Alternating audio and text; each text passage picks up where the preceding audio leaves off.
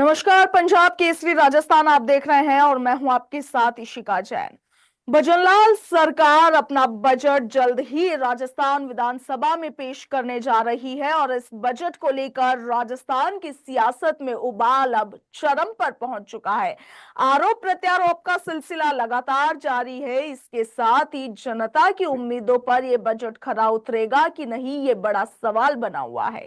ये बजट काफी अहम होने वाला है क्योंकि इस बार सरकार के पास चुनाव जैसी चुनौती नहीं है, चुनाव का साया नहीं है और इसके साथ ही ये भजनलाल सरकार के लिए एक अवसर भी माना जा रहा है, मगर चुनौती भी बड़ी है। विपक्ष लगातार हमलावर है। विपक्ष का कहना है कि पिछला जो बजट था उसमें जो घोषणाएं की गई थी वो भी अभी तक धरातल पर उतर नहीं पाई है। मेरे पिताजी ने ना ये शेयर्स में भी इन्वेस्टमेंट किया। पीएसएस को फोन लगाओ। पीएसएस? ये आपके फिजिकल शेयर्स को डिजिटल करते हैं। PSS physical share solution. जैसा नाम वैसा काम। तमाम मुद्दों पर बातचीत करेंगे। इसके लिए कांग्रेस से हमारे साथ अनुश्री जी और बीजेपी से हमारे साथ वीरेंद्र जी जुड़ गए हैं। आप दोनों मेहमानों का पंजाब केसरी पर स्वागत है। वीरेंद्र जी, आपकी सरकार बजट पेश करने जा रही है, क्या होने वाला है इस बजट में?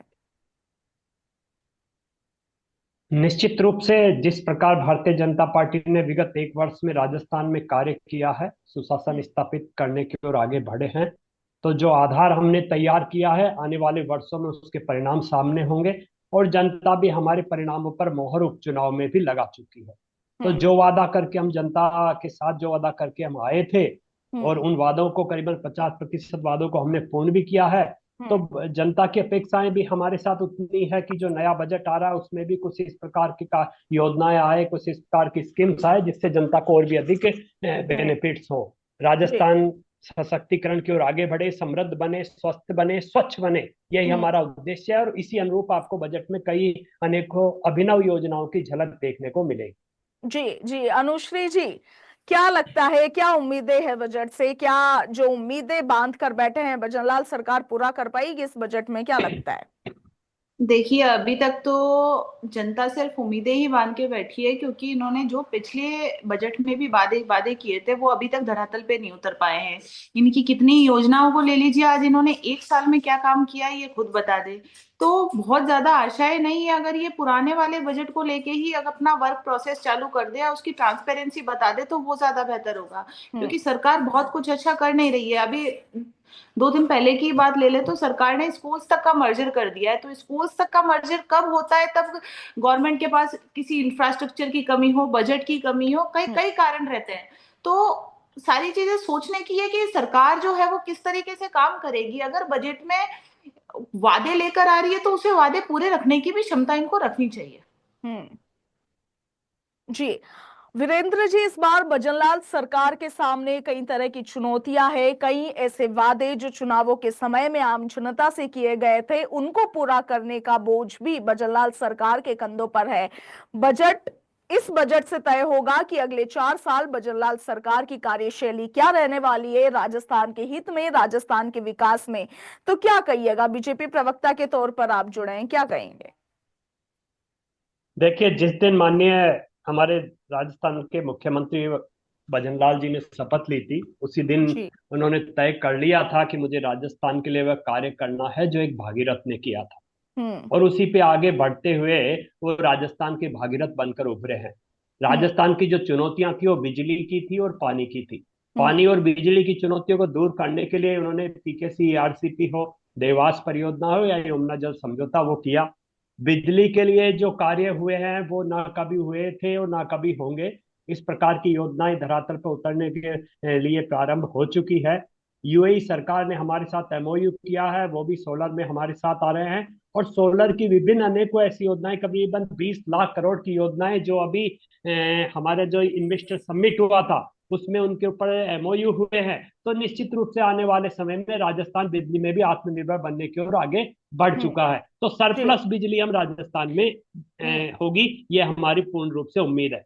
और इसके साथ जो लोग बातें कर रहे थे बड़ी बड़ी, वो जिन्होंने अपनी सरकार के समय फर्जी पट्टे दिए, फर्जी पेंशनें दी, फर्जी योजनाएं बनाई जो केवल कागजों तक सीमित रहे, वो किसी प्रकार के आरोप लगाते रहे। उनके आदत पड़ गई है आरोप लगाओ और भग जाओ। तो ऐसी स्थिति सरकार में नहीं, क्योंकि हम तो जनता से वादे करके आए हैं, उन वादों को पूर्ण करके भी दिखाएंगे और पूर्ण कर भी रहे हैं। आप देखिए भी इस एक ही वर्ष में हमने भर्ती कैलेंडर भी जारी कर दिया है, और भर्ती कैलेंडर में हमने दिखा दिया है हमारे युवा मित्रों को, युवा साथियों को, जो अपने भविष्य को स्वर्णिम बनाना चाहते हैं, कि आपके लिए ये एग्जाम होने जा रही है, ये डेट्स है, और आपकी ये भर्तियां हैं जो निश्चित रूप से हमारी सरकार ही पूर्ण करेगी। हम परीक्षाएं नहीं करवाएंगे, परीक्षाओं के बाद उनकी नियुक्तियां भी देंगे। कांग्रेस ने तो सिर्फ भर्तियां निकाली, परीक्षा करवाई और उनमें पेपर लीक करके आउट कर दिया।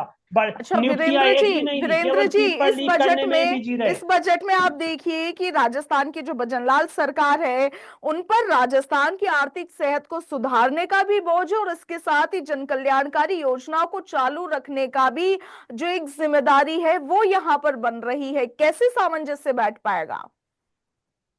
निश्चित रूप से देखिए, जब भारतीय जनता पार्टी की सरकार राजस्थान में आई थी तो राजस्थान का दिवालियापन था आर्थिक रूप से। इन्होंने केवल रेवड़ियां बांटी और इस प्रकार बांट गए कि राजस्थान के आर्थिक हालातों को भी चिंता नहीं की। लेकिन फिर भी जब से भारतीय जनता पार्टी की सरकार आई है, हमने एक मजबूती से कदम आगे बढ़ाए हैं, और आने वाले समय में आपको देखने को मिलेगा कि हमने कहा कि किसी भी योजना में पैसे की कमी नहीं आने दी जाएगी। ये डबल इंजन की सरकार है जो निश्चित रूप से जनता की जन कल्याणकारी योजनाओं के लिए सदैव तत्पर रह कार्य करेगी, कर रही है। क्योंकि जो भी योजनाएं आई, अभी जो एमओयू साइन हुए 35 लाख करोड़ के, उनके माध्यम से राजस्थान को आर्थिक रूप से मजबूत करने का हम लोग कार्य कर रहे हैं।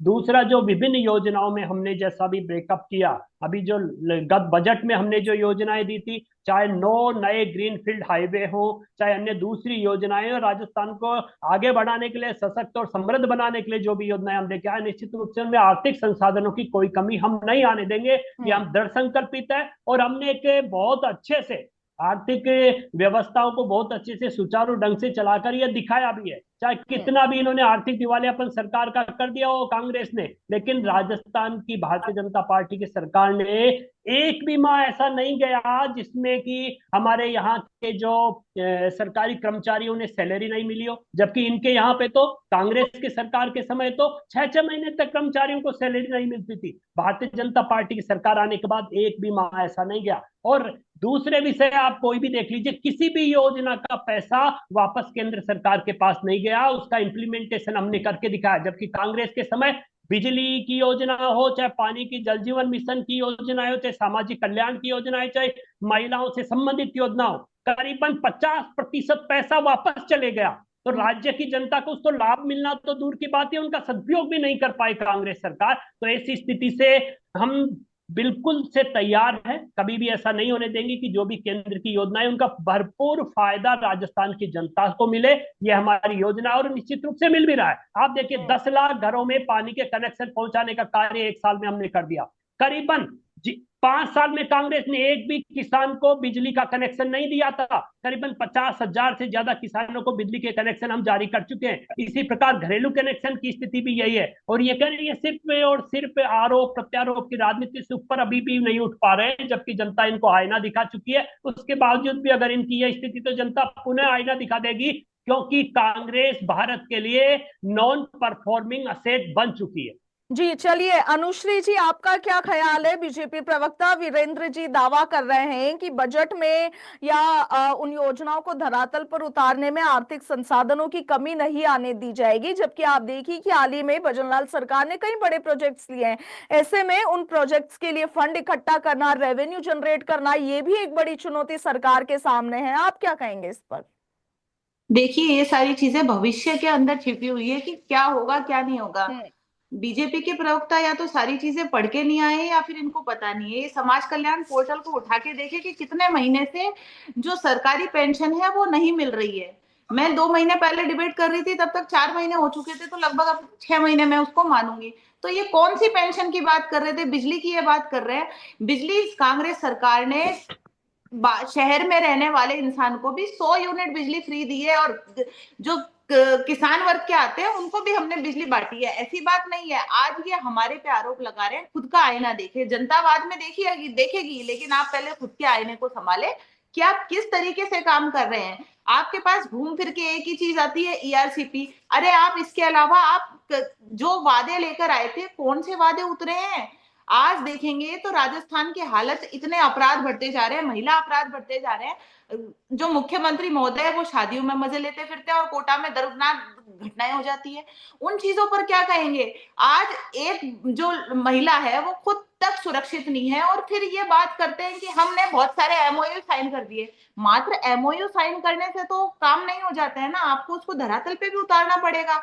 एक साल की हालत यह है कि सरकार की कि वो कोई काम नहीं कर पाई है, यहाँ तक कि ट्रांसफर को भी लेके इनकी चिट्ठी सुबह निकलती है और रात को निरस्त हो जाती है। तो सरकार खुद ही काम नहीं कर पा रही है, किसके इशारे पे काम कर रही है ये तो इन्हीं को पता है कि सरकार किसके इशारे पे काम कर रही है, लेकिन सरकार फ्री हैंड कुछ भी काम नहीं कर पा रही है।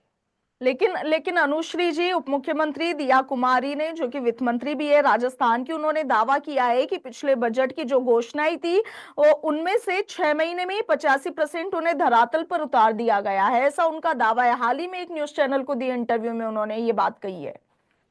दावा किया है तो आप एक चीज, मेरा उनसे भी एक सवाल है कि ट्रांसपेरेंसी जो है वो रखिए ना। आप उस चीज को, अगर आपने किसी चीज को धरातल पे उतारा है तो सरकार को निश्चित तौर पे ट्रांसपेरेंसी रखनी चाहिए कि कितनी चीजें कितनी धरातल पे उतर गई। आप उसका एक पोर्टल बनाइए ताकि जनता को या विपक्ष को दोनों को पता रहे कि किस तरीके से सरकार द्वारा किए गए वादे पूरे हो गए। मात्र बोलने से तो पूरे नहीं हो जाते हैं।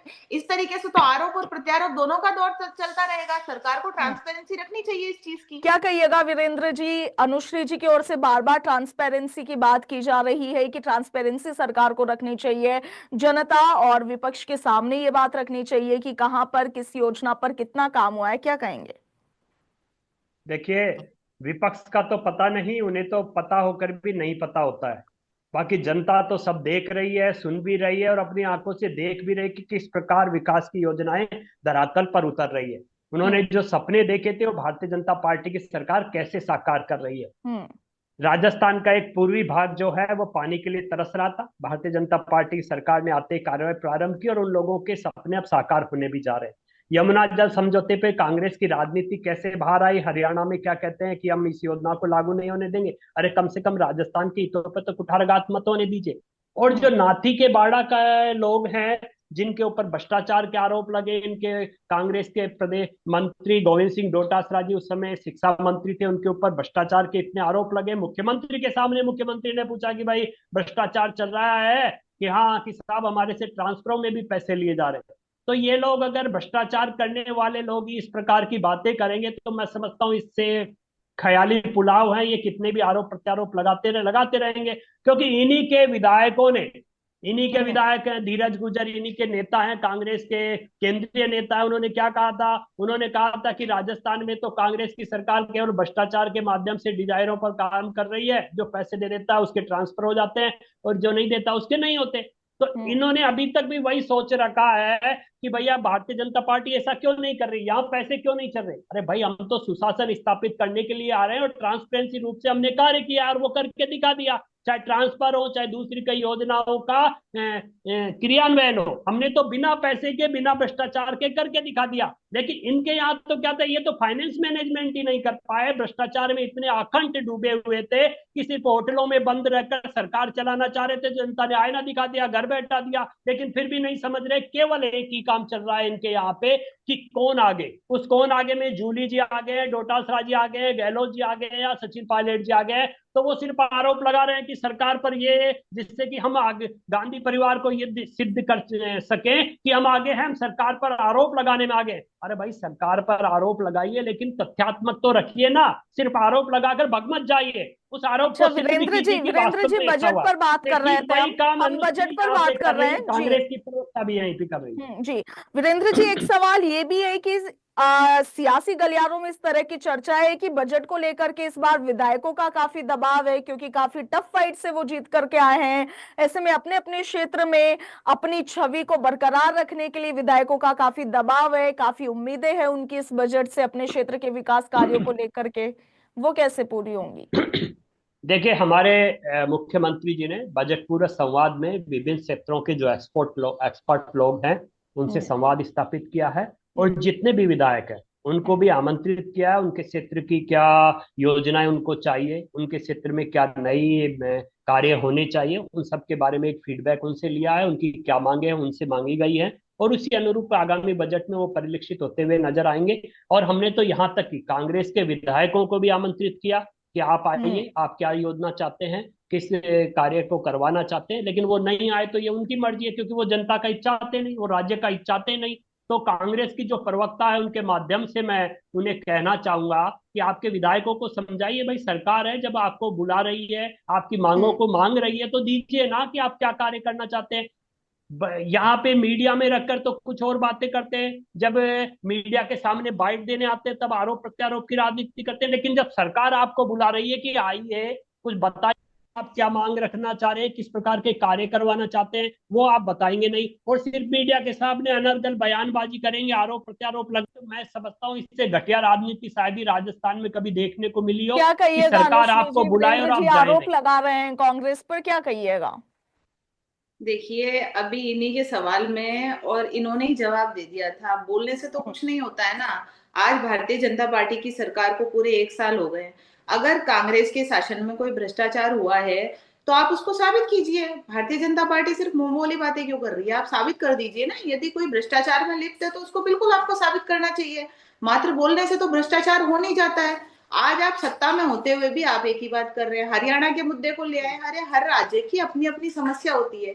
आप अब मैं आपकी खुद की भी बात कह दूं तो आपने भी बोला कि जो ये है मुद्दा वो बजट सेशन का है। अगर मैं आरोप लगाने आऊं तो आरोप तो बहुत सारे लग जाएंगे भारतीय जनता पार्टी पे, लेकिन हम्म। फिलहाल बात चल रही है बजट सेशन की, जी। काम की। भारतीय जनता पार्टी ने 1 साल में क्या काम किया है? कोई काम नहीं किया। आज महिलाओं को लेके भी कितनी ज्यादा जो है वो फैल रही है।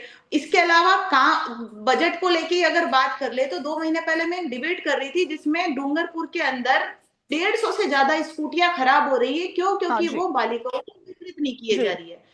ऐसा क्या कारण रहा है कि भारतीय जनता पार्टी की सरकार को 1 साल हो गया लेकिन आज भी वो इन स्कूटियों को जंग लग रही है? अभी ये बात कर रहे थे कि हमारी सरकार में जो है वो पेंशन नहीं मिली। आप डेटा लाके बात कीजिए ना। मैं अभी कह रही हूँ, आप समाज कल्याण का पोर्टल निकालिए, कितने महीने से जो सरकारी कर्मचारी है उनको पेंशन नहीं मिली है। आप जो है टेक्निकलिटी पे बात कीजिए। बोलने से कुछ नहीं होता है, लेकिन भारतीय जनता पार्टी की सरकार को बिल्कुल सोचना चाहिए कि वो किस तरीके से काम कर रही है। जी। जी, दूसरा, बेरोजगारी का मुद्दा इस वक्त राजस्थान में सबसे ज्यादा बना हुआ है। जो युवा पीढ़ी जी, है निश्चित तौर पे उसे बड़ी उम्मीद है इस बजट से। इस पर आप दोनों की राय चाहती हूँ। पहले अनुश्री जी आपसे शुरुआत करते हैं, क्या कहिएगा? बेरोजगारी के मुद्दे को तो देखो, मैं क्या बात कहूँ। इन्होंने कई योजनाओं को समाप्त कर दिया, कई जो युवा थे उनको बेघर भी कर दिया नौकरी से हटा के। तीसरी बात, ये जिस बात का वो लेकर आए थे बजट में, वो उसमें इनके संकल्प पत्र में कि हम इतने लाख युवाओं को नौकरी देंगे, लेकिन मैं नहीं मानती कि ये अभी तक 12,000 से ज्यादा नौकरियां दे पाए। तो ये किस उस पे बात कर रहे हैं? आज का युवा पढ़ा लिखा होके बेरोजगार घूम रहा है, फिर ये कौन सा संकल्प पत्र पे उतरने की बात कर रहे हैं? आज इनसे भ्रष्टाचार की ये बात करते हैं। ऐसा ही पेपर लीक सबसे बड़ा मामला है राजस्थान में। कमेटी ये मान चुकी है कि 80% से ज्यादा धांधली है, लेकिन इनकी सरकार आज भी ये हिम्मत नहीं कर पा रही है कि उस पेपर को रद्द कर दे। क्यों? किसका वेट कर रही है? आज ये अभी हमारी सरकार पे आरोप लगा रहे थे ट्रांसफर के। अरे, लेकिन अगर आपकी इतनी ट्रांसपेरेंसी है तो क्यों आपका आदेश निकल के 3 घंटे बाद निरस्त हो रहा है? और एक बार जी, नहीं, चलिए पूरे 4 वीरेंद्र बार जी, हुआ है। बेरोजगारी एक बड़ा मुद्दा है, युवाओं को बड़ी उम्मीदें हैं, क्योंकि चुनावों के समय में वादे किए गए थे बीजेपी की ओर से कि युवाओं को एक बेहतर भविष्य देंगे, क्या कहिएगा? देखिए, सबसे पहले तो अनुश्री शायद राजस्थान में रहती नहीं है, क्योंकि उन्हें पता नहीं है कि 12,000 नहीं 36,000 तो नियुक्तियां दे भी चुके हैं। जी 1.5 लाख बिल्कुल। भर्तियां सरकारी कैलेंडर जारी हो चुका है, और जी 10 लाख नौकरियों का वादा किया था, जिसमें 6 लाख प्राइवेट सेक्टर में और 4 लाख गवर्नमेंट सेक्टर में। तो बिल्कुल। निश्चित रूप से जो वादा किया हुआ पूर्ण करेंगे। जो अभी इन्वेस्टर समिति उसके माध्यम से भी होगा, सरकार का जो भर्ती कैलेंडर आया उसके माध्यम से होगा। हम सपने दिखाते हैं, उन्हें पूर्ण भी करते हैं। कांग्रेस की तरह नहीं केवल बातें करते हैं, क्योंकि कांग्रेस को तो जो योजना है उनको ब्रेक लगाने में पीएचडी प्राप्त है। हमारे यहाँ ऐसा नहीं है, हम धरातल पर रहकर कार्य करते हैं और वही बात भी वही करते हैं। चैनल पे भी जिस प्रकार की बातें कर रहे हैं या अपराधों की बात कर रहे हैं, अनुश्री से मेरा इतना ही वो है, आंकड़े देख लीजिए 1 साल के और वर्सेज 5 साल के कांग्रेस के शासन के, किसी 5 वर्ष में कोई सा भी ऐसा ईयर ले लीजिए जिसके आंकड़े और भारतीय जनता पार्टी का 1 साल का आंकड़ा आप रख लीजिए, किसके शासन में अपराध ज्यादा हुए, महिला बलात्कार ज्यादा हुए और साइबर अपराध ज्यादा हुए, लूट खसोट की घटनाएं ज्यादा हुई, वो उठा के देख लीजिए, आ जाइए चैनल पे, सामने डिबेट करेंगे, क्या दिक्कत है? अगर मैं झूठ बोल रहा हूं तो आप कहेंगे वो मैं करूंगा, मैं राजनीति छोड़ने के लिए तैयार हूं। अनुश्री भी ये कह दे कि हाँ अगर मैं गलत हूं तो वो राजनीति छोड़ दे। जी ये चलिए बात क्लोजिंग नोट आंकड़ों ले की लेते है, हैं। तो जी वो जी करके वीरेंद्र जी, दिखाया उसकी है। जी जी जी अनुश्री जी, जी कहिए।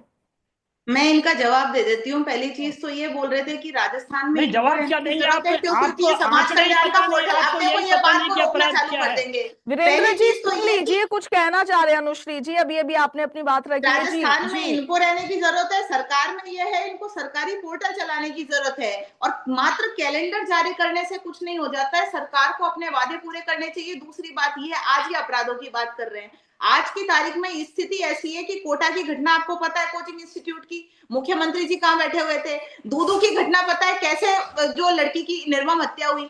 आज हमारी सरकार में कोई काम हुआ है, निश्चित तौर पे मान के चलिएगा, अगर अपराध हुआ है तो मुकदमा भी दर्ज होगा, मुकदमा दर्ज होगा तो आगे भी काम होंगे। हम तो अपराधों को दर्ज करके, यदि कोई अपराध हो रहा है तो उसको दर्ज कर रहे हैं, इनके राज में तो वो भी दर्ज नहीं हो रहे हैं, तो ये अपराध दिखाएंगे कहां से, आंकड़े ही नहीं दिखाएंगे।